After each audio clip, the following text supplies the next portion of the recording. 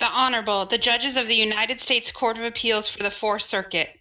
Oyez, oyez, oyez, all persons having any manner or form of business before the Honorable, the United States Court of Appeals for the Fourth Circuit, are admonished to give their attention, for the court is now sitting. God save the United States and this honorable court. Good afternoon. We're happy to have you before us, even if it is virtually. And we're happy to hear argument in our first case, Bryant versus Woodall.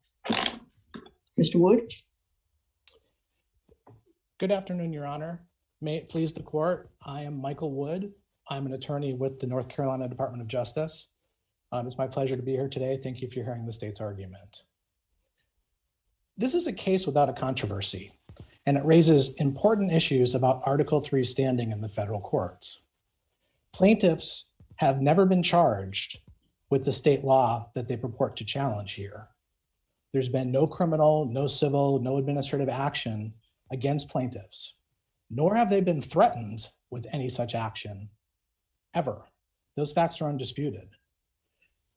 Nor in the 45-year history since this 1973 statute went into place has the state ever charged anybody in the state of North Carolina under this provision. On top of that, on this record, we have two disavowals by the two district attorneys named as defendants in this case, where they both say we will not prosecute under this statute. Against all of that undisputed factual background, the district court concluded that the plaintiffs did meet their burden to demonstrate Article III standing by showing that there was a credible threat of an imminent prosecution. Can I ask you, I take all the facts that you just said, and maybe they're a little bit more nuanced than you put them forth, but you know, you're an advocate. Why are you defending the suit, if not to preserve the opportunity to enforce the statute? Your Honor, we are defending the suit. So You sorry? We are defending the law. Why are you doing that? For the reason, Your Honor, that Article III standing is important. And below at the district court and here on appeal, the state maintains that Article III standing is a very important concept and should be respected. I represented the state of Maryland for a long time. And when we weren't interested in defending a suit, we would confess error. That would be it. That's what the Department of Justice does. And so what I'm wondering is, it would seem to me the only reason why you would defend the lawsuit, and I'm sure you don't go around trying to find constitutional issues or make constitutional law, is because you want to preserve for the state the opportunity to enforce this statute. Is that wrong? That certainly could be one reason. I agree, Your Honor. But another independent reason is we respect Article III, and we think that limits on jurisdiction are also important and should be defended. Yeah, but that would be respected if you confessed error. There wouldn't be any suit then, right? So, Your Honor, the litigation decision in this case was to invoke Article III standing and press that defense here in the state's defense of this statute. That's the issue that we think is I understand what the issue is. I'm trying to ask what the reason for it is. And your entire submission has been, we have not and we will not enforce this statute.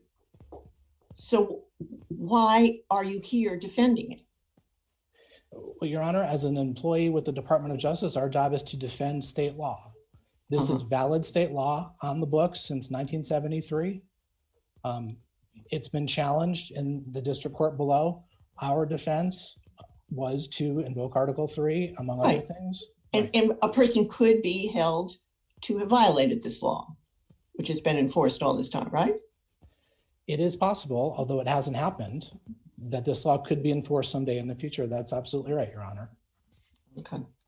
And so let me turn first to the two. Mr. Wood, can I ask a follow-up? I guess it's not entirely related, but you began with a discussion of the statute and the history, and you indicated the long history of the statute and its non-enforcement. And I will grant you that that's not completely irrelevant, but isn't the more relevant period of time the more recent history when the legislature actively chose to amend the statute to change the definition of what the medical exception would be to a true medical emergency. And I assume, I would hope you would agree that legislatures don't go about modifying or amending statutes if they have no intent on their being enforced. So why shouldn't we take the legislature at its word here? Your Honor, the answer to that is the 2016 amendment was to a different exception than the one the plaintiffs have sued under. And so the structure of the law is the starting point there. As a general rule, under North Carolina law, abortions are illegal. And then there are two codified exceptions to that general law. Exception A is, in the first 20 weeks, abortion shall not be illegal as long as conditions are followed. And a separate freestanding parallel exception is B. And B says after the 20th week, abortion shall not be illegal if the following conditions are met. B is the medical exception.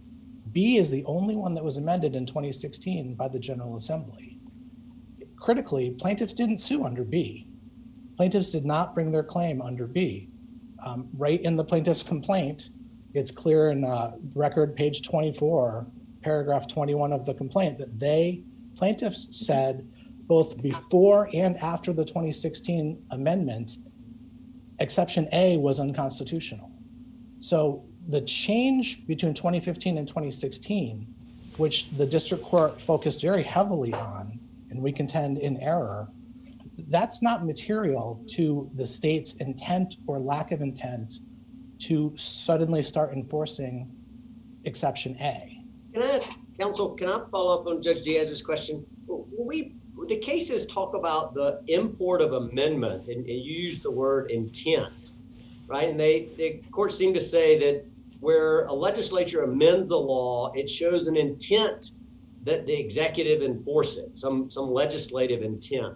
And that seems to be the stated reason. But really, it seems to me to go more to the sort of political valence of the issue, right? That the amendment is not about intent so much as showing that this is not a morbid issue, right? This is not an issue that is dead and gone, as we might have thought about in Poe or some of the other cases, but instead is an issue that is live. And yes, they didn't amend this exception, but the fact that they're legislating and seeking involvement around a different exception, and frankly, the fact that other states are passing other laws that are related in this area suggests that this is a political issue that is quite lively. And all of that seems to me to suggest that a threat of prosecution is more credible, maybe not credible enough, but why don't we think about the amendment less specifically than you're discussing about intent and use it as a way to think about sort of the valence of the issue that we're facing?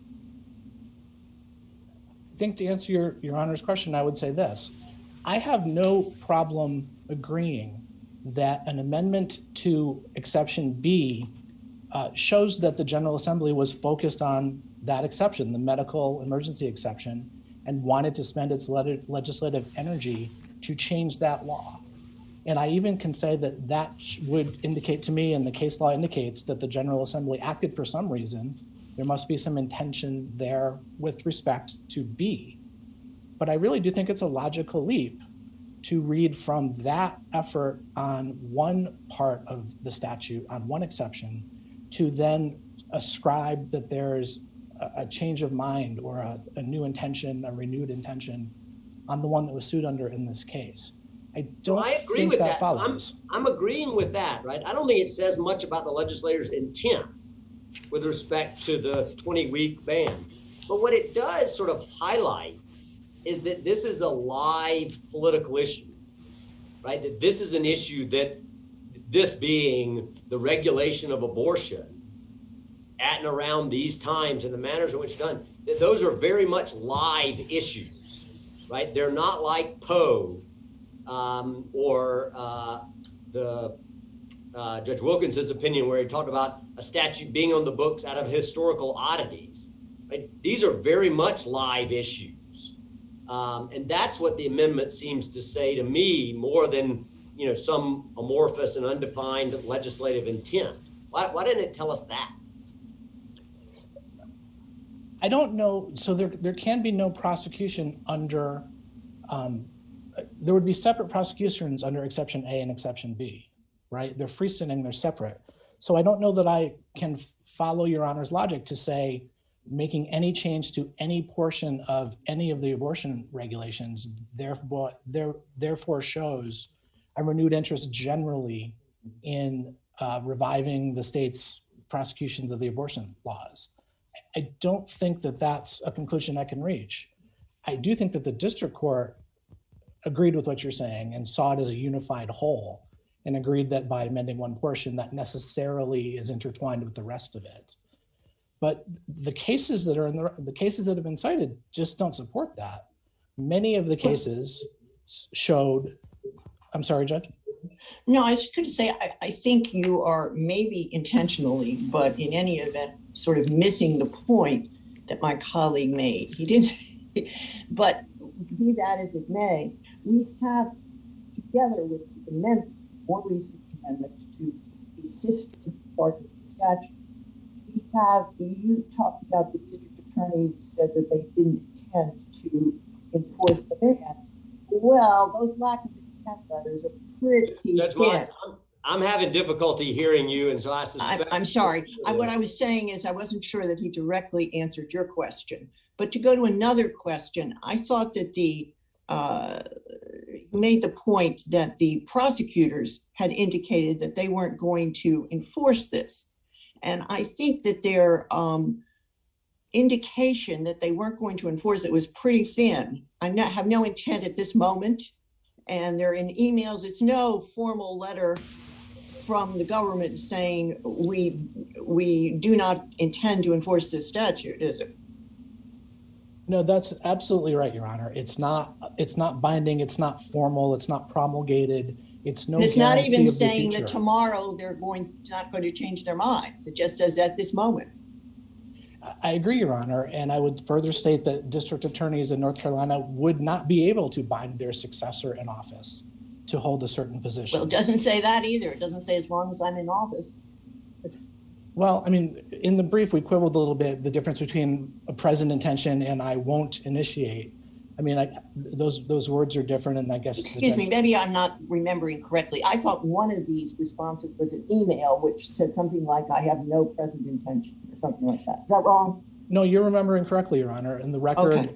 889 to 895, District Attorney Woodall said, I have no present intention to initiate prosecutions. So present intention to initiate is also forward-looking. And can you put that in the framework of like North Carolina right to life and Judge Diaz's opinion, maybe it's Judge Michael's opinion, talking about you need something more formal, right? I mean, North Carolina right to life said, we don't just take somebody's word on it, right? We want to, if the statute's clear, some amorphous statement just isn't sufficient. So how do we use what you're relying on in light of North Carolina right to life?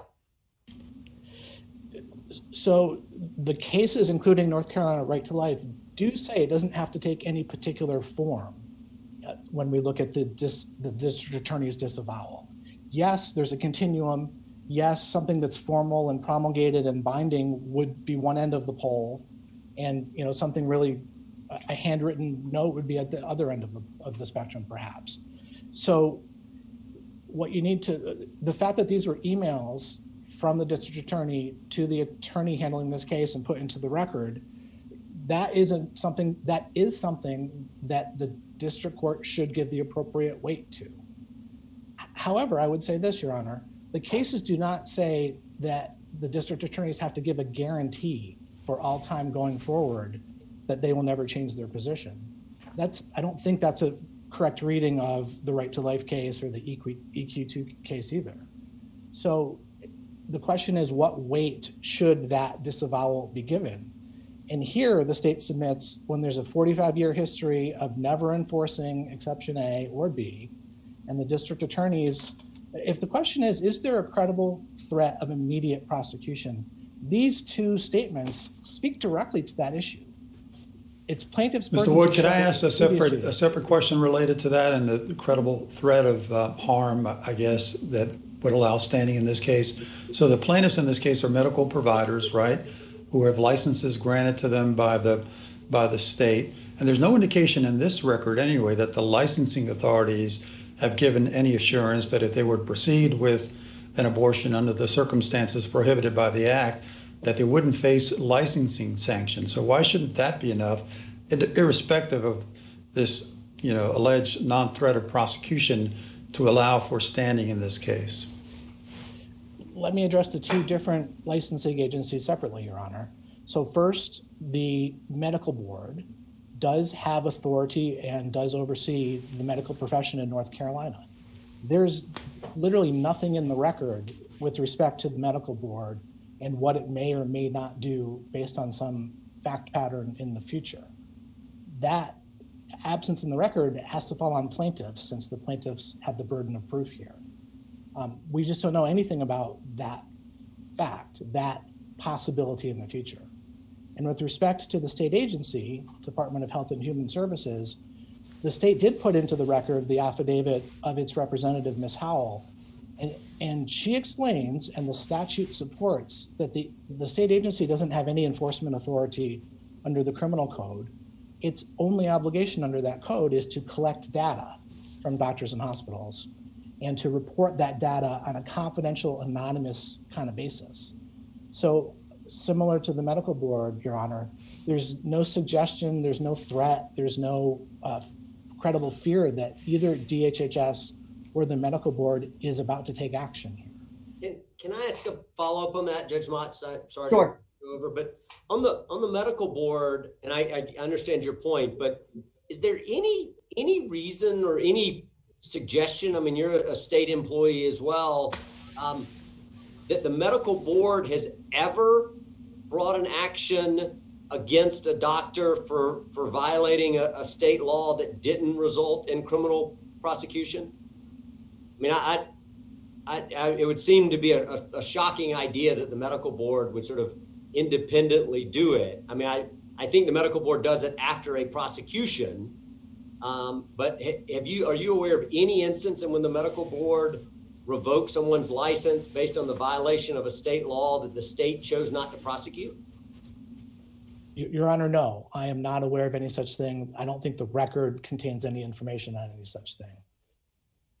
Thank you very much. You've gone a little over your time. Yes, thank you, Your But Honor. I imagine you have some rebuttal time. Thank you. Ms. Scott? May it please the court, Genevieve Scott for the appellees. Under both Supreme Court and Fourth Circuit precedent, this case is straightforward. To establish a credible threat, plaintiffs must allege fears of enforcement that are not imaginary or speculative. In other words, they must show that they are not without some reason to fear enforcement. That there is clearly more than an imaginary threat of enforcement here.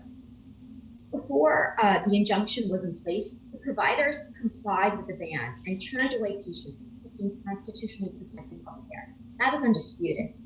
Since the ban was enjoined, the providers have begun providing that care. And under all of the remaining factors considered by this court, credible threat is clear. The ban's recent amendment to its emergency exception, as well as its increased reporting requirements, make it unreasonable to assume that the statute will not be enforced. And the state concedes that the amendment changed the circumstances under which women can access care after 20 weeks in North Carolina. So this is Ms. Scott, we're having, or at least I'm having a little trouble hearing you. And they have trouble hearing me. And maybe it's just because we're fragile flowers. But anyway, see if you can get closer to the microphone or talk louder or something. But it was really muted more than too soft. all right. I will speak more clearly. Yes, thank you. Would you like me to begin again? No, I think we're okay. But Can I actually, while we're on a break, let me ask maybe a broader question. So you rely extensively on, American booksellers and Babbitt, the credible threat, well-founded fear. And those cases are obviously First Amendment cases. When we look at the sort of more general Ex parte Young, that requires like a threat, an actual threat, and an about to commence is the language from Ex parte Young. I get that the Supreme Court has expanded that in the First Amendment context, but can you tell us why, given our language and the Supreme Court's language, we don't look to Ex parte Young's description of a threat as opposed to the sort of somewhat more relaxed First Amendment standard from Babbitt and American Bookseller? Well, this court has in fact applied Babbitt and American Booksellers, Your Honor, in a non-First Amendment context. And I think that a key case I would point you to is the Mobile Oil case. That was a case in which there had recently been an amendment to a petroleum oil statute, and Mobile Oil decided that it was going to self-censor its activity and not engage in activity related to its franchisees based on the fact that the law had been passed. And what this court found was that that had a chilling effect, and that chilling effect demonstrated that there was a credible threat of prosecution in that case. And in fact, I believe that this court specifically said that the decision in American Booksellers applied squarely to that case, because as in both cases, and as is the case here, because the law had been recently amended, this court held, as the Supreme Court had, that it would be unreasonable for the plaintiffs to believe that the law would not be enforced against them. The challenge with Mobile Oil is that it is one that was immediately enacted. And so literally before the executive could enforce it, the suit was brought. And so you don't have this sort of time gap. I mean, the time gap is what I think creates trouble. And I understand your amendment argument, but the amendment argument, just put that to the side for me, because what I'm trying to figure out is why we're applying, given the delay, the sort of more lenient standard of American Booksellers and Babbitt, as opposed to the standard from Ex parte Young itself. This standard that is applied by this circuit and the United States Supreme Court in case after case has been made very clear. And that standard is whether or not the threat is imaginary or speculative. And whether the Supreme Court ever said that that's the standard outside the First Amendment?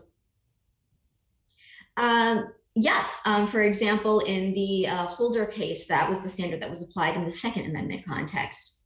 Or excuse me, I believe that I'm saying that correctly, but I would have to go back and double check that. But this court has clearly applied it outside of the First Amendment context in the Mobile Oil case. And here it is very clear that even if the ban hadn't been recently amended, there's all of the other factors that this court looks to when considering whether or not there is credible threat of enforcement weigh in favor of demonstrating that that threat has been established here.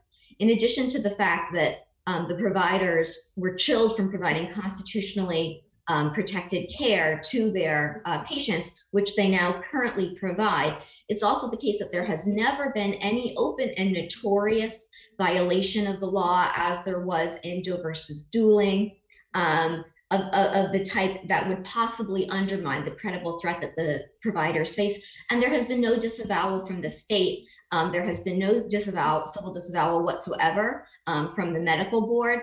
And the district court did not clearly err in finding that statements from Howell and from District Attorney Woodall did not address future enforcement.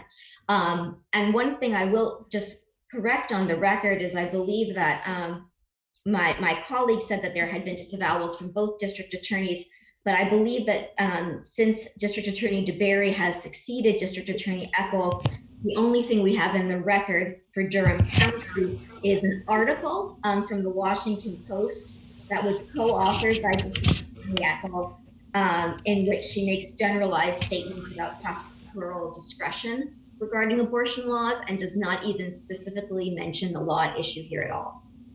Ms. Scott, can I ask a question about Mr. Wood's argument, he seemed to be suggesting that you were challenging the wrong part of the statute, and that because you didn't focus on the part of the statute B that was effectively amended by the legislature most recently, that your claim fails and the district court was wrong to focus on the statute as a whole. What is your response to that? That is incorrect, Your Honor. The statute, the way that the way that the statute works is there is a general ban on abortion with two exceptions. One is that an abortion cannot be provided after 20 weeks, and the other exception is that an abortion cannot be provided unless there is a medical emergency. And as the district court correctly held, these operate in tandem, so that the effect of these laws together is that there is a ban on abortion in the state of North Carolina until 20 weeks, unless a patient meets the medical emergency exception. And the defendants have conceded here that the amendment, and I'm quoting their brief, changed the circumstances under which abortions could be performed after the 20th week of pregnancy. And that is the key fact to understand here, is that clearly we have challenged the correct statute because this is the statute that actually has the effect of narrowing access to constitutionally protected care in the state. You agree that the medical, I mean, they're just two separate exceptions. And so a doctor could choose at week 2 or at week 39 to invoke the medical exception and justify an abortion based on the medical exception, or at least at week 2 and week 19 could base it on either of the exceptions. They're independent grounds on which a doctor can perform an abortion without violating the general ban, right? Well, Your Honor, I think that it's correct that if a physician was going to provide an abortion at 2 weeks, they could look to either exception. That's correct. But if a provider was looking to perform an abortion after the 20th week of pregnancy, they could not look to only one or the other. They would have to look at both to understand that after the 20th week of pregnancy, they could no longer meet the first exception, and that therefore it would be illegal for them to perform that abortion unless they meet the second exception. And that is why the laws operate in tandem. And then the district court correctly held that they are part of a unitary scheme where one cannot be understood without the other, because one could not make a decision, a physician could not make a decision to provide an abortion after the 20th week without looking to the exception and the medical emergency exception to determine whether or not it would be legal in the state. It's also clear, and I think Your Honor was correct in saying that in amending the law, it is clear that the state intends for it to not be moribund and for the ban to continue to be enforced. And indeed, the state conceded that a plaintiff may demonstrate credible threat by presenting evidence that the challenge statute was recently amended, and that a recent amendment to a statute signals the government's wish to enforce the statute.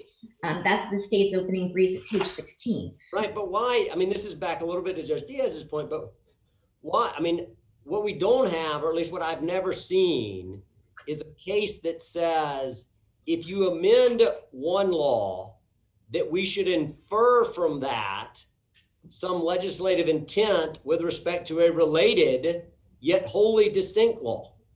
I mean, they're related, but it's a different subsection, right? So, are there any cases that have done that have used an amendment to a distinct law to infer legislative intent? Just, are there any cases? I understand that's your argument, but is there any court that's ever done that? I'm not familiar with any cases under that hypothetical that you just posed, but as the district court correctly held, these are part of a unitary scheme and they operate in tandem, and one cannot be understood without the other. Moreover, in addition to the amendment to the emergency exception, other amendments to this law include that there was an amendment to the reporting requirements. So in addition to narrowing the types of procedures that women could access prior to viability, The amended law also requires physicians to provide an ultrasound for every abortion that is performed after 16 weeks and to provide a detailed explanation for every abortion that is performed after 20 weeks, explaining why it fits within the medical emergency exception. And the Department of Health has independently hired a physician to review these materials to ensure compliance with the ban. And the Ms. Scott, can I ask a follow-up to Judge Richardson's question? So was your challenge in this case to the statute as a whole or to the most recent amendment in subsection B of the statute? Which was it? Our challenge is to both the ban itself and to the medical emergency exception, and to how these laws interact together. You challenge the medical exception? We challenge the underlying 20-week ban and the statute that includes the exception, and explained that because of the way that they operate together, they constitute an unconstitutional pre-viability ban on abortion. Where can I'm not sure I'm following that. Where is that in your complaint? Can you point me to the JA? Because I understood your challenge to be to the 20-week ban, not to the other provisions of this law. Yes, Your Honor. My understanding is that these laws operate in tandem and they operate. I understand that argument, but I just want to understand, did you challenge, maybe I just misunderstood you, because it sounded to me like you just said you challenged the ban, the 20-week exception, and the medical exception, where I only thought you challenged the 20-week exception. I believe, if I remember correctly, Your Honor, that we challenged both the, and I would be happy to provide a supplemental information to this court because I don't have my. I can read it. But if I remember correctly, I believe that what we challenged was each of these aspects of the law. And the reason that we did that was because each of them makes clear that the ban has the effect of preventing the providers from being able to provide abortion after the 20th week. And that was true both before and after the amendment took place. Indeed, the state defended this law for years, including on the merits below. And as the district court found, it's clear that the state's goal is to continue to deter the providers from providing this care. And I believe that our request for relief, Your Honor, is at JA 29. And what does it say?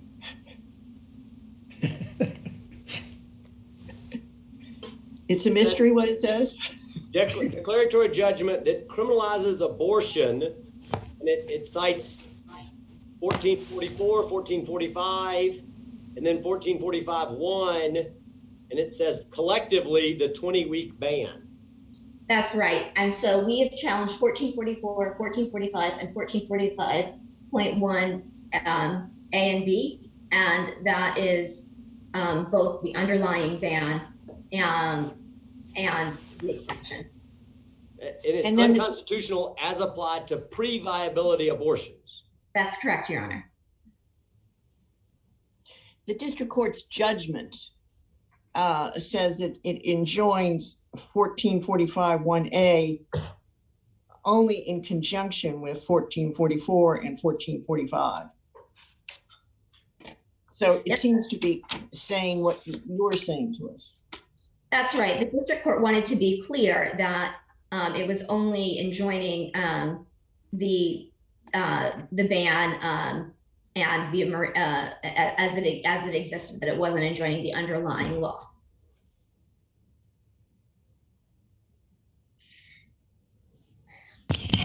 Scott, can I ask a different question with respect to the medical board and the licensing issues? You said that there's no indication in the record that the licensing board would not take action against a medical provider, but your colleague on the other side says that that silence should be held against you because you have the burden of showing a credible threat of, in this case, sanction, not prosecution, but civil sanction. So what is your response to that? Well, my response to that is that silence on its own certainly is not a disavowal, right? And in cases where there have not been disavowals, even in the civil context, this court and the Supreme Court have held that that demonstrates, or that does not weigh against credible threat. But here specifically, this particular Article 3 issue was not initially raised by the state. In fact, for the first 2 years of litigation, they did not say anything about credible threat of enforcement, and instead were defending this law on the merits. And it was raised by the judge in the case. And it was only when the district court judge requested supplemental briefing from the parties, in which it required the state to respond about whether or not there were any disavowals, that the statements that we have received from the state were first entered into the record. And so this represents the totality of the state's response on this point. And in my opinion, I think that that seems to have it backwards, because the judge actually ordered you to do it. You refused to do it. And then finally, the district court ordered you under pain of getting thrown out to do it. And you're blaming the government. The court has ordered you, and you're the one that refused to do it. The point is, you had to provide some reason to think, forget disavowal, some reason to think that the medical board might revoke somebody's license for providing a pre-viability abortion. I mean, which seems, exceedingly unlikely to me. And so in the silence, I'm not sure I'm understanding your argument. Well, the district court did ask us to address this question of credible threat and raised it. And we promptly responded to the court in supplemental briefing, addressing the court's questions and arguing that because of all of the factors here before this court, that we had demonstrated a credible threat. And the district court did not clearly err in finding that all of those factors indeed weigh in plaintiff's favor. The court also required the state to make a statement about disavowal and to indicate its intent on that front. And the statements that we have represent the entirety of their response on that front. So the state medical board has simply remained silent and has not given any indication that they will not exercise their conceded ability to deprive a physician of his or her license if they violate this law, whether or not a criminal prosecution has ensued. And that alone is sufficient to confer standing in this case. Well, if we go back to Judge Diaz's original question, which was, why are you worried about the state board? Surely we wouldn't require one of your clients to be sanctioned by the state board in order to get standing. You don't have to violate the law to get standing if there is the credible threat, right? And so I would have thought that would have been your most direct answer. And when you talk about all these factors in answering my colleague, maybe you should go down. I know you talk about you don't think that the disavowal is sufficient. What other factors do we have? We have, Your Honor, a chilling effect on constitutional rights. We have a recent amendment to the statute. I see that I'm out of time. May I finish answering? Yes, you can answer the question. We have a chilling effect on constitutional rights. We have a recent amendment to the statute that indicates that there is a credible threat. There are no open and notorious violations of the statute that could possibly undercut the credible threat that has been established here. There is no civil disavowal, and the district court did not clearly err in holding that the statements from the district attorney Woodall did not address future enforcement. So for all of those reasons, it is clear that the threat here is not imaginary or speculative, and I respectfully ask that this court uphold the decision of the district court. Okay, if my colleagues have no further questions, thank you very much. Thank you, Your Honor. Mr. Wood, you have 5 minutes. Thank you, Judge Motz. I think I just have 3 points that I'd like to make briefly.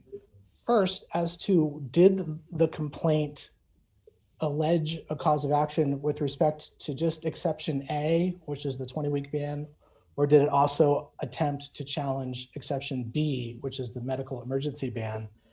I think it's quite clear that the complaint, paragraph 21, which is in the record at page 24, says both before and after the 2016 amendment, exception A was unconstitutional. So that was not the focus. further showing on that is the affidavits that the doctors put into the record. It's a record page 53 through 56. The doctors put in supporting affidavits in connection with the summary judgment papers. And 2 of the 3 doctors don't even mention the medical emergency exception in their declarations. Clearly, it wasn't a focus. And the final point on that is in the district court's order, this appears in the record at page 976. So after the memorandum opinion, the plaintiffs submitted a motion to clarify, and they asked the district judge, would you please, in your injunction, would you clarify that your ruling also applies to exception B, the medical emergency exception? And the district court just shot that down and said, in light of the fact that plaintiffs did not directly challenge 14-45.1B, the court sees no reason to clarify that. So it's quite clear there was, the 20-week ban was the issue. It was never a case about the medical emergency exception. It could have been, but it wasn't. My second point is— Can I interrupt you before you get to your second point? Yes, sir. Is there any relevance in this analysis to the passage and consideration of pre-viability bans in other states? And if so, what? And if not, why not? Yeah, the district court did note in 2 places that he noted that other states had been amending their abortion codes and therefore found relevance there. And from that inferred the state's intention to start prosecuting, if not exception A, some portion of its code. Not necessarily the intent, but the reasonableness of the perceived threat, right? It's not so much about the intent, it's whether the perceived threat of prosecution is credible or reasonable, right? And the fact that other states, nearby states indeed, are enacting new bans lends some credence, don't you think, to the possibility of prosecution under North Carolina's ban? I agree with Your Honor. I think that is a factor that was appropriate to consider. And I think one could read into it that there is at least political will, legislative will to do certain things in that arena. But again, to put that against the 45-year history and the disavowals, I think is the weighing challenge here. So I wouldn't say it's not a factor, but I'd say it's a factor that weighs and has to weigh against the facts in the record. So Mr. Wood, in this case, the plaintiffs would actually have to wait until a actual prosecution ensued before they could challenge the ban? No, sir, the state doesn't assert that that's the law at all. We completely understand it under BAB and under this court's holdings. A credible threat of an imminent harm is certainly enough to satisfy injury in fact in Article 3 standing. So if I misspoke, I apologize. I'm not trying to suggest— No, I'm just trying to, because you're saying, well, it hasn't happened in 30 plus years, and even the notion of adjoining states beginning to express some interest isn't enough. So I'm just wondering what would be enough under these facts. What else would they need? Yeah, it's an excellent question, Your Honor, and it comes down to what does imminence really mean? And in an opinion that Your Honor wrote in 2017, in a case called Beck versus McDonald, you addressed that exact question. Imminence is an elastic concept, but you can't stretch it to the breaking point, and it's got to have meaning. And it's been interpreted that imminence means an injury that must certainly be impending. And the Supreme Court has used words like real and immediate, not speculation, not hypothetical. So when you're talking about something that certainly must be impending, that's with disavowals and with no history, that speaks directly to that issue, I'd say. I hope you're not going to hoist me on my own petard by virtue of my opinion, but I have to go back and take a look at that. No hoisting. Thank you for bringing that up. Do my colleagues have any more questions? I think your time has expired and you went a little over the first time around. Okay. Thank you both for your arguments. Thank you, Your Honors. I think the clerk will switch us to the next case. I'm hoping that will happen.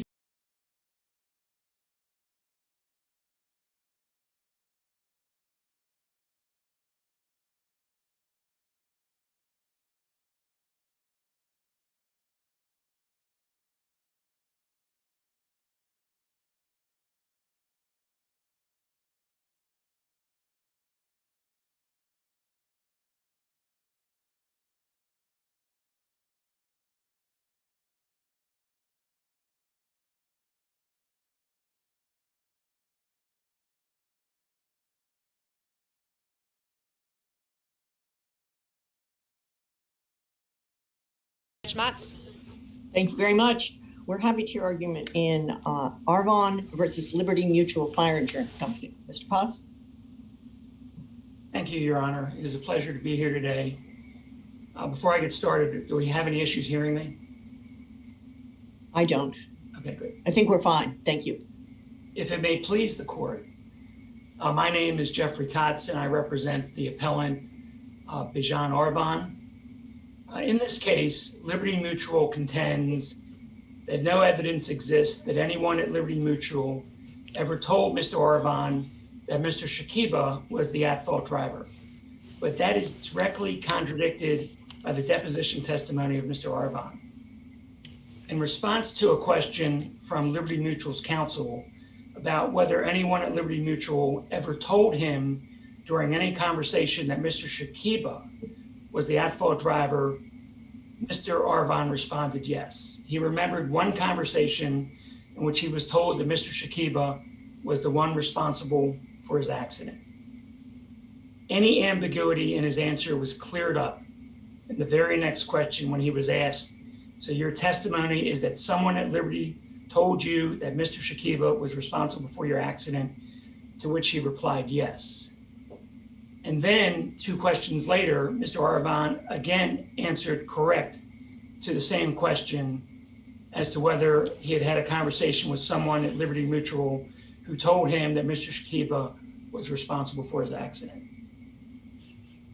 In determining whether there is a genuine dispute as to a material fact, this court in Etzel Associates versus Law Offices of Peter J. Angelos at 264 F3rd 424 wrote, a court should draw all reasonable inferences in favor of the non-moving party and may not make credibility determinations or weigh the evidence.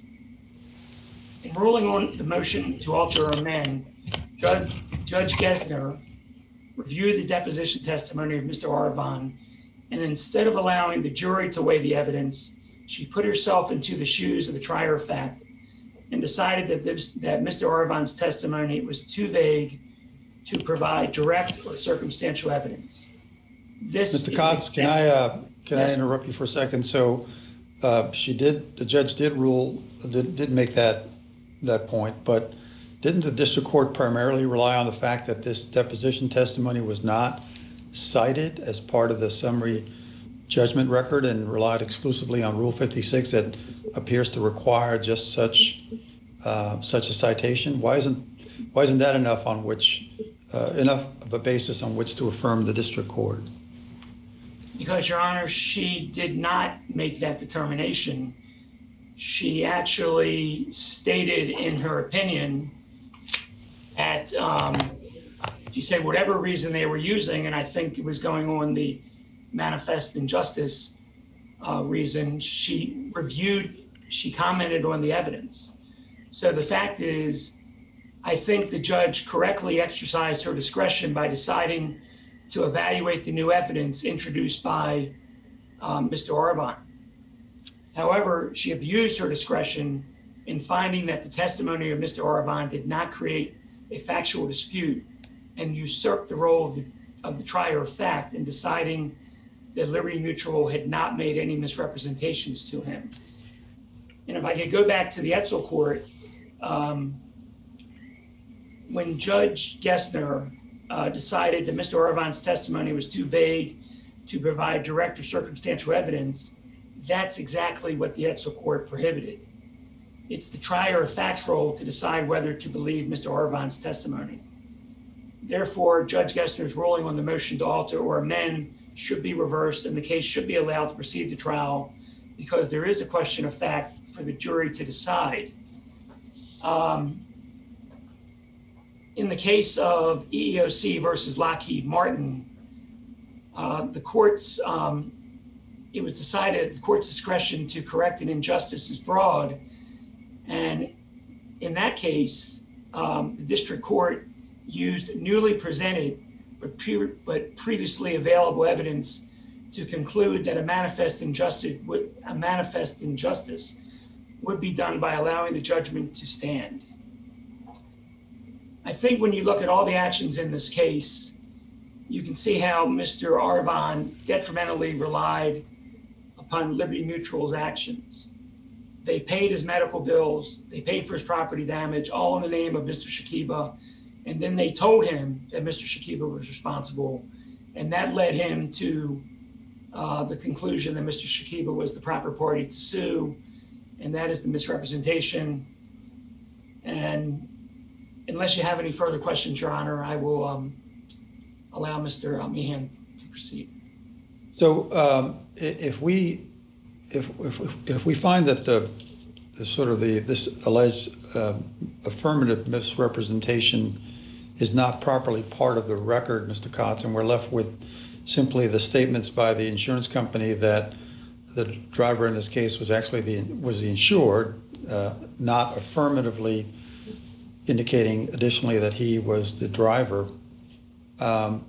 So I thought the law in Maryland was, with respect to omissions as opposed to affirmative misrepresentations, that that's not the kind of thing that is going to be enough to warrant an obligation on the part of the insured in this case to affirmatively speak, particularly when there's information easily available in the public record. In this case, a police report that would have led, the plaintiff and his or her lawyer to easily find out who the driver was. So I think you cited a case in Maryland that talked about affirmative misrepresentations in the case of a real estate transaction, and I get that.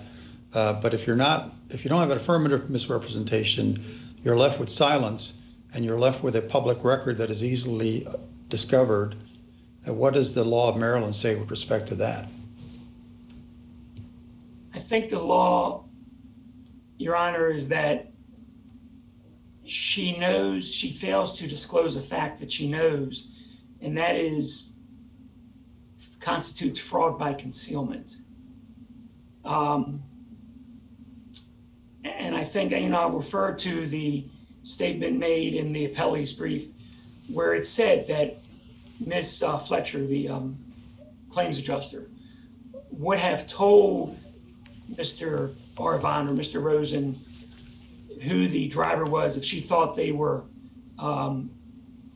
if they thought that he wasn't, that they thought Mr. Shakiba was the driver. And I think there's plenty of evidence that was disclosed that Mr. Rosen submitted a claim package which stated in the very first line of the second paragraph that you're insured Mr. Shakiba rear-ended Mr. Arvon. And then he sent her a copy of a complaint that named Mr. Shakiba as the at-fault driver. And I think that it would be an unfair claims practice for her to remain silent, knowing that they were under the misimpression that Mr. Shakiba was the driver, especially when she even said, I would have told him if I thought they were under that impression. And clearly they were, from the statement by Mr. Rosen in the letter and the lawsuit that they received.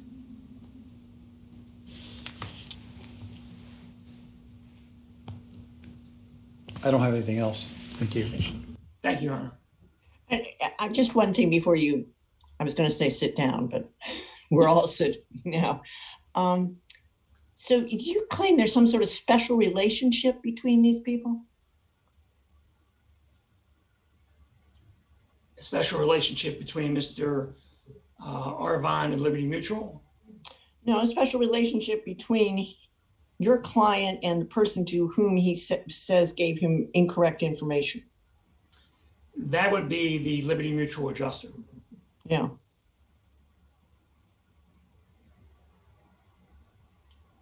My client received the information that Mr. Shakiba was the driver from a representative at Liberty Mutual. So, okay, so Liberty Mutual is in some sort of trust relationship with your client? I'm just not, tell me the basis for this. Well, they have a duty to my client pursuant to the Insurance Code of Maryland, which prohibits them from unfair claim settlement practices. And they have to, it's an unfair claim settlement practice to misrepresent pertinent facts.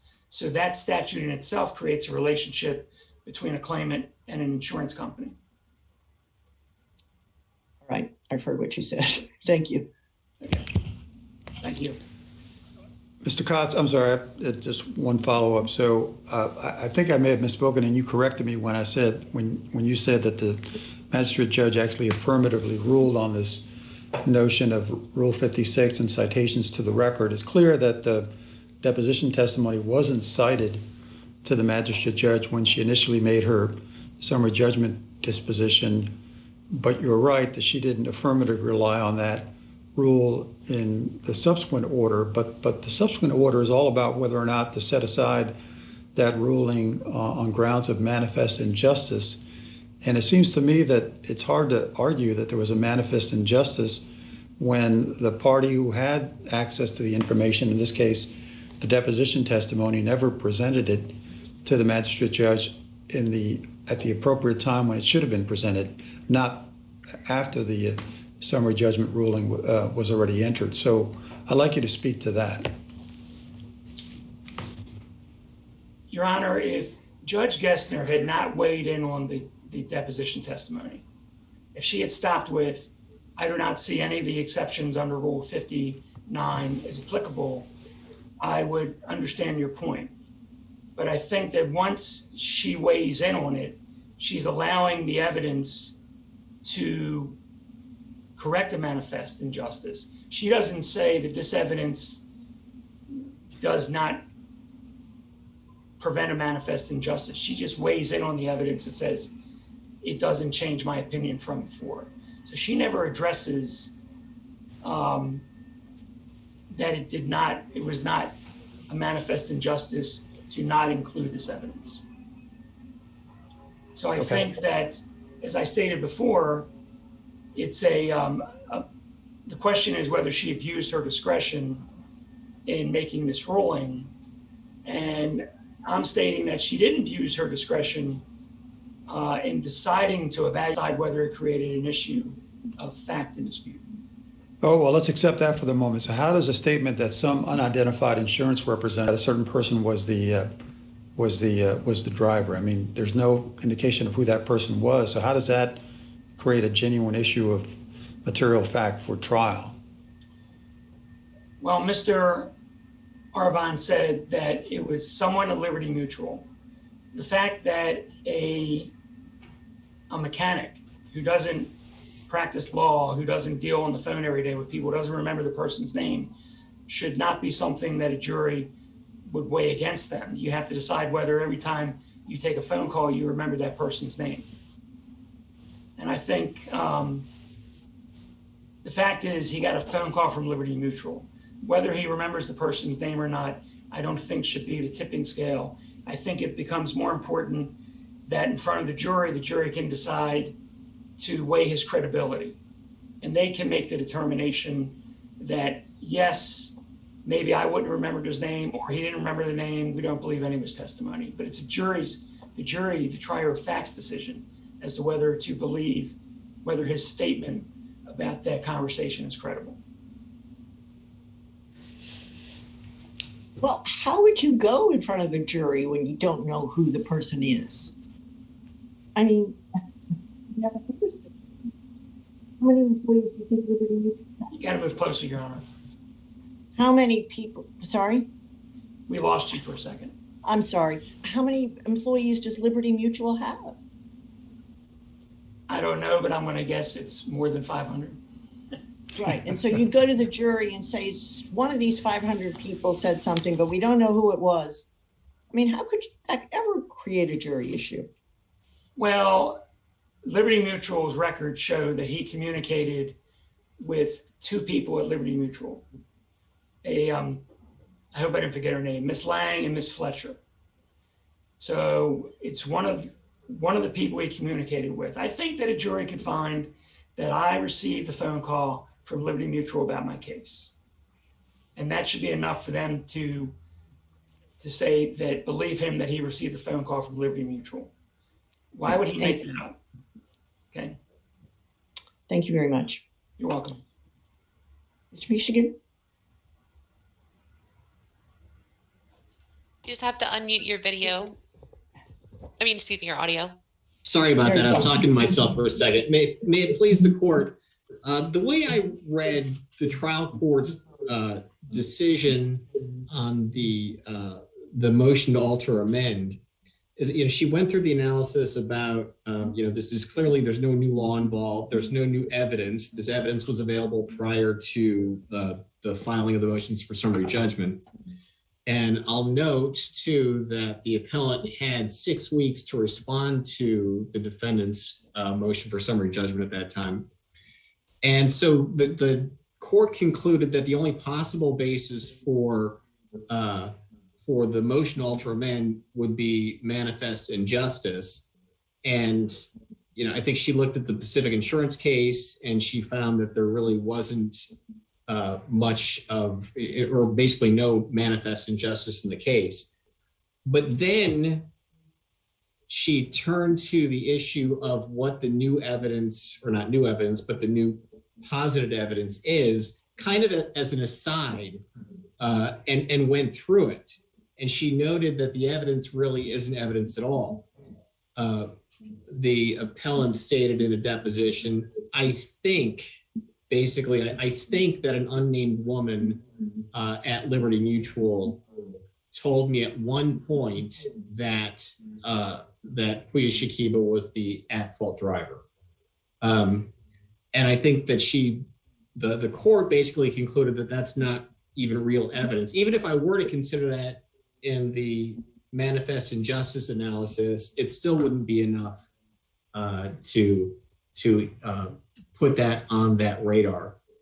And what's interesting about that testimony is he's in his deposition, he's asked about that and about the lady that he thinks might have told him that. And then he then continued to talk about, again, the letters that Liberty Mutual sent to him, where in the subject line, it identifies Puya Shakiba as the insured policyholder. And if I may turn really quickly to the issue regarding the unfair claim settlement practices, there is a remedy for that if you think you have a claim under Maryland law. The Maryland Insurance Article 27-303, I believe it is, says that you can bring a claim with the Maryland Insurance Administration if you feel you have such a claim. But this really is not the forum, according to that statute, for asserting such a claim. So the reality is, the reason why the trial court was right to grant summary judgment, and why I think this court is going to have to affirm that decision, is because the appellant was unable to produce any evidence of any false statement. It was stated quite often that there was a false statement made, but it was never established. In the course of our litigation, there were 6 discovery extensions. Liberty Mutual produced its entire file. Even the redacted portions of the file, the trial court reviewed in camera and found nothing that was helpful to the appellant's case. And I think I mentioned that the appellant was given 6 weeks to respond to the motions for summary judgment in order to have more time to find some evidence to support the allegation that that there was a material statement that was misstated, and the fact remains they couldn't find it because it didn't happen. Now, there were 7 or 8 or 9 letters that Liberty Mutual sent to Mr. Arvon and or his attorney, which indicated that the insured driver, or I'm sorry, the insured policyholder identified him as Puya Shakiba, and that is an entirely truthful statement. He was an insured under the policy. And as the claims handler, Christine Fletcher, testified to in her nearly 7-hour deposition, the letters are automatically populated by the system that Liberty Mutual has in place for sending out correspondence. So the adjuster is going to type a letter. She opens up the system. There's a click to add the insured policyholder in the subject line. There's a click to add the policy number, a click to add the date of loss. She types in the body of the letter and hits send, and it goes out. There's the purpose of the subject line is really a reference. It's not supposed to be an indication of who the at-fault driver was, and certainly it was not. Unfortunately for the appellant, both he and his attorney mistook that to mean that that was also the at-fault driver, but of course that wasn't the case. I mean, policies are written for the policyholders, but also written into most, if not all, automobile policies is coverage for a permissive driver. And in this case, the at-fault driver driving the vehicle insured by Liberty Mutual was driving the vehicle with permission, and therefore he was not a named insured under the policy. So his name is never going to be would never be in the subject line of any correspondence. And I think the assumption would be for the adjuster and virtually any claim is that the plaintiff's lawyer is going to get, or the plaintiff is at the scene, he should know who hit him. If he doesn't, the attorney's going to get the police report and discern who the at-fault driver is, and that's how the claimant is going to know who the at-fault driver is, and certainly not rely on correspondence listing the insured in the memo section of the letter. Under Maryland law, in order to make a claim for fraud, the number one element is false representation of a material fact. And I think that goes to Judge Diaz's question about you have to make an affirmative statement in order for it to be actionable. The number one requirement is that you make a false representation of a material fact. Here, there is no false statement of material fact. Identifying Mr. Shakiba as an insured policyholder in the subject line of the letter is an absolutely true statement. And so the very first element of fraud is not met. Similarly, with negligent misrepresentation, setting aside the issue of duty for a moment, the appellee clearly argues that there is no relationship between the appellant and appellee that would create a duty on the appellee's part to make any or not make any negligent misrepresentations. That issue aside, again, the first element for negligent misrepresentation is negligently making a false representation. And again, the representation that is being alleged to be false is identifying Mr. Shakiba as the policyholder. And of course, that's not a false statement. So negligent misrepresentation is not met. Again, setting aside that duty issue. And then turning to appellant's claim about concealment, really there is no concealment. And the accident was a public event. The appellant himself was there. He knew that there were two drivers in the car. He knew that a police report was being prepared. And when he got counsel, his very good attorney certainly had the opportunity to get the police report. It was all public information. The facts of that case, the facts of the accident, were not Liberty Mutual's facts to conceal. And if we look at the seminal case in Maryland on concealment, the Labor case, what's interesting about that case is that the employer who was concealing the facts, those were his facts. He had this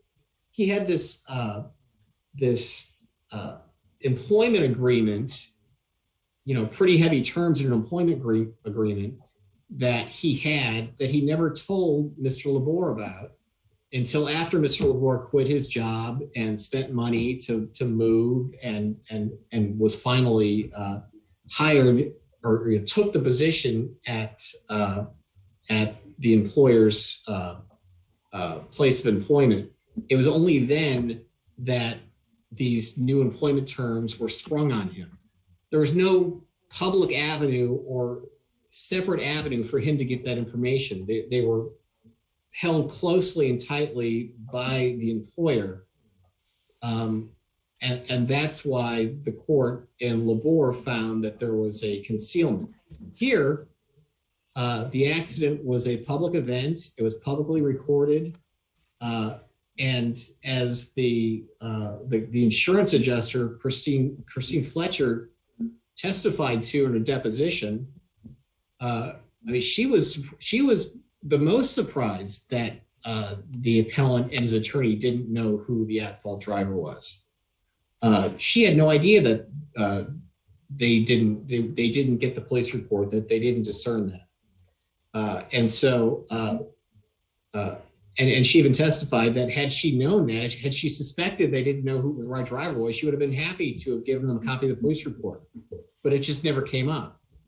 Well, can I ask you about that, counsel? Because at some point it did come up, right? When the complaint was filed and Ms. Fletcher, I think, got a copy of the complaint, she saw for the first time that the plaintiff believed that was misinformed as to who the actual driver was. And that occurred at some point before the statute of limitations ran. She consulted her manager, and then apparently nothing happened. No one said anything, or at least the record is silent about that. Does that change anything? I mean, at that point, the insurance company did know that something was amiss. Well, I don't think it does, and I'll tell you why. An insurance company's obligations to its insureds are to defend and to indemnify. So the first thing that Ms. Fletcher did when she got the complaint after speaking to her manager is refer it out to counsel, which is what she is obligated to do for the insured. At that point, there wouldn't be any communication between her and the appellant's attorney. Once suit's filed, it's out of the claims handler's hands and in the hands of defense counsel. But even if that did raise in her mind or made her aware of the fact that they didn't know who the at-fault driver was, again, I don't believe that it creates a duty to then inform them of that, because the carrier's duty runs to their insureds, not to the claimants. And as the trial court in this case pointed out, there was no intimate nexus under cases like Balfour that would create a relationship between Mr. Arvon and Liberty Mutual such that there would be a duty on Liberty Mutual's part to disclose that information to him. Now, the adjuster certainly would have provided that information as a courtesy had she been aware of that prior to suit being filed. But her willingness to provide that as a courtesy would not be out of any obligation on her part to do so. And so the fact remains that there was no duty and there was no concealment. And in fact, in the appellant's opposition to the motion for summary judgment, in their statement of material facts, they even admit that there was no misrepresentation made, or no affirmative misrepresentation made. At the joint appendix, page 254, the appellant writes, to the extent that Liberty Mutual is claiming that the record is no direct evidence that Ms. Fletcher, the claims handler, ever stated directly to Mr. Arbon that Mr. Shakiba was the at-fault driver, this is correct. So they acknowledge that there was no affirmative statement misrepresenting the at-fault driver. Now,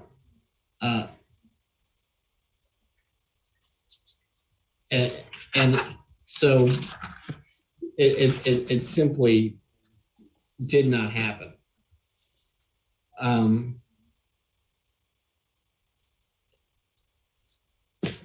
Now, it's unclear exactly why the Court of Special Appeals in Maryland found that there were misstatements made. I can only assume that the court took the appellant at their word when they filed that appeal. The issue presented by the appellant at that time was stated in such a way that are the parties at fault excused from liability when their insurer functioning as their agent and the real party in interest knowingly misrepresents or conceals their identity?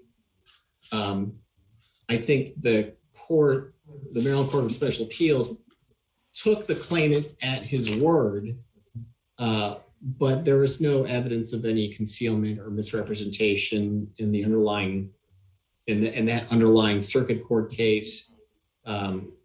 And so anything that the court said at that point on any negligent misrepresentation or concealment was dicta and had no real effect.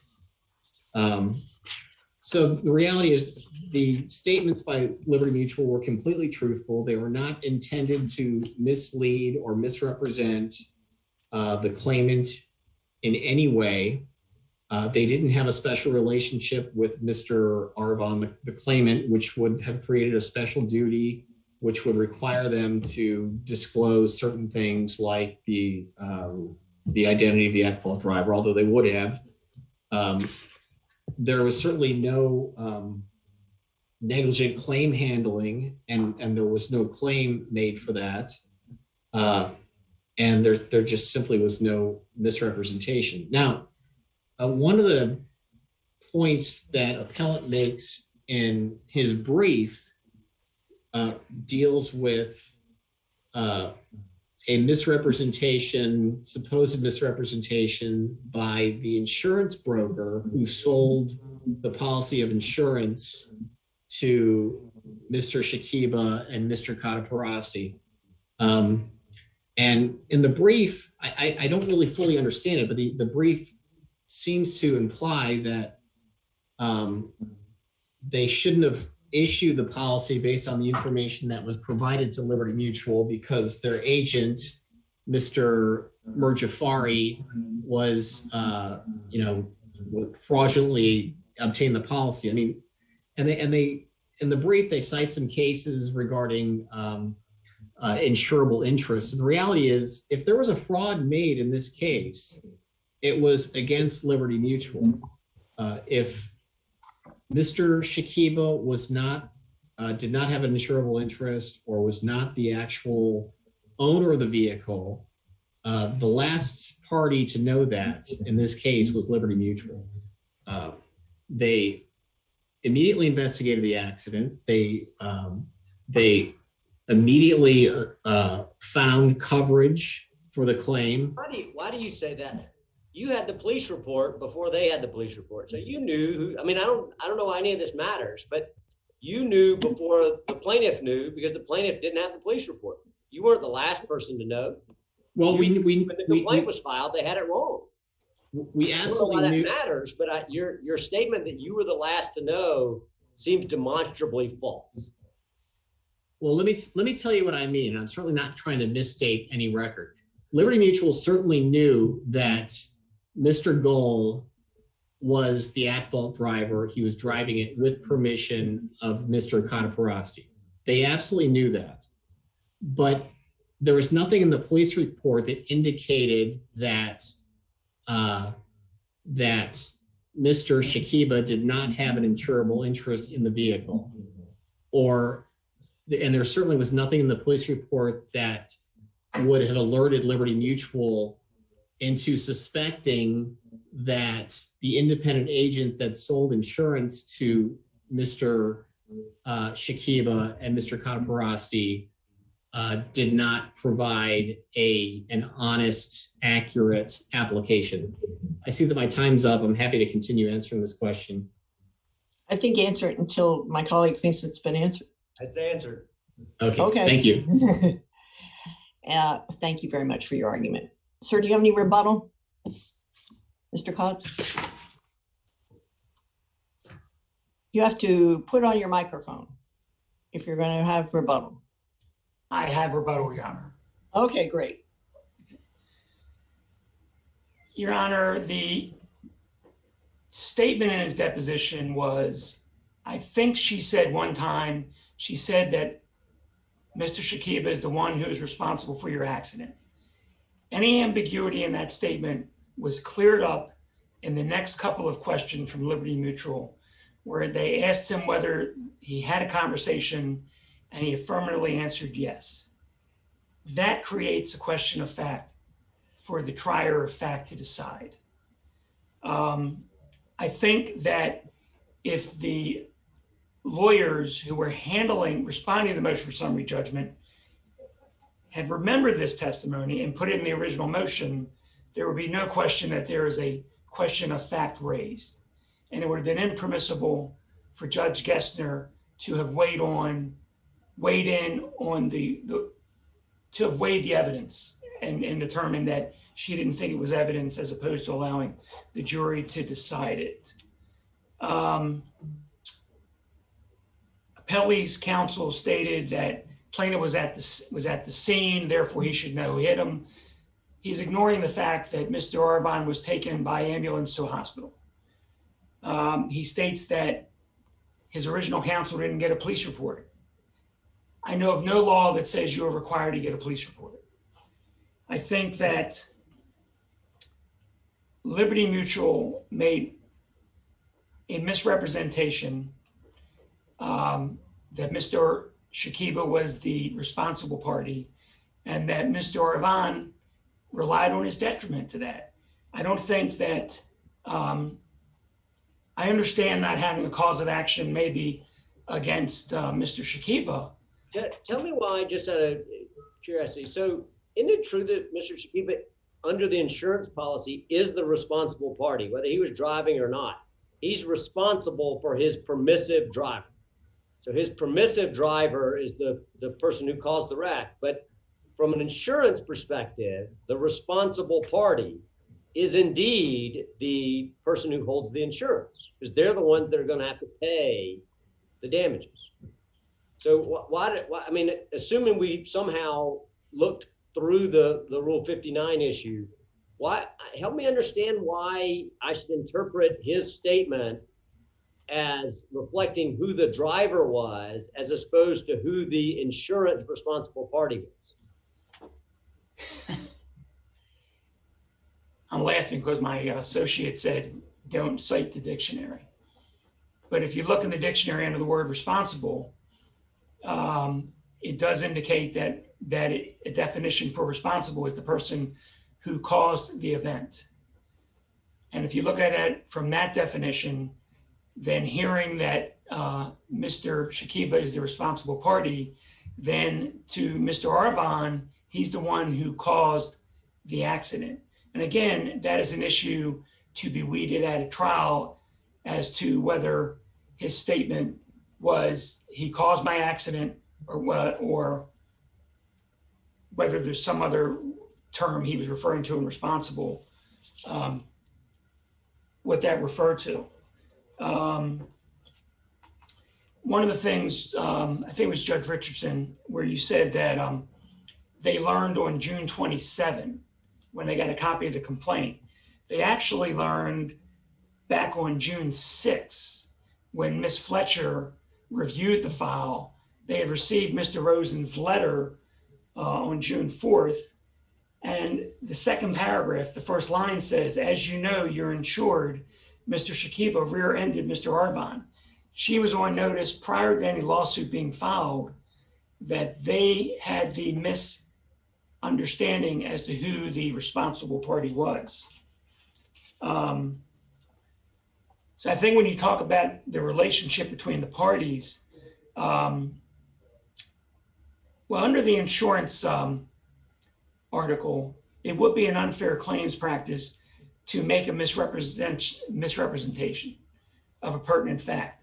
And if the jury were to believe that Liberty Mutual, someone at Liberty Mutual, probably one of the two people that he spoke to, told him that Mr. Shakiba was the responsible for his accident, then that is a misrepresentation of a pertinent fact.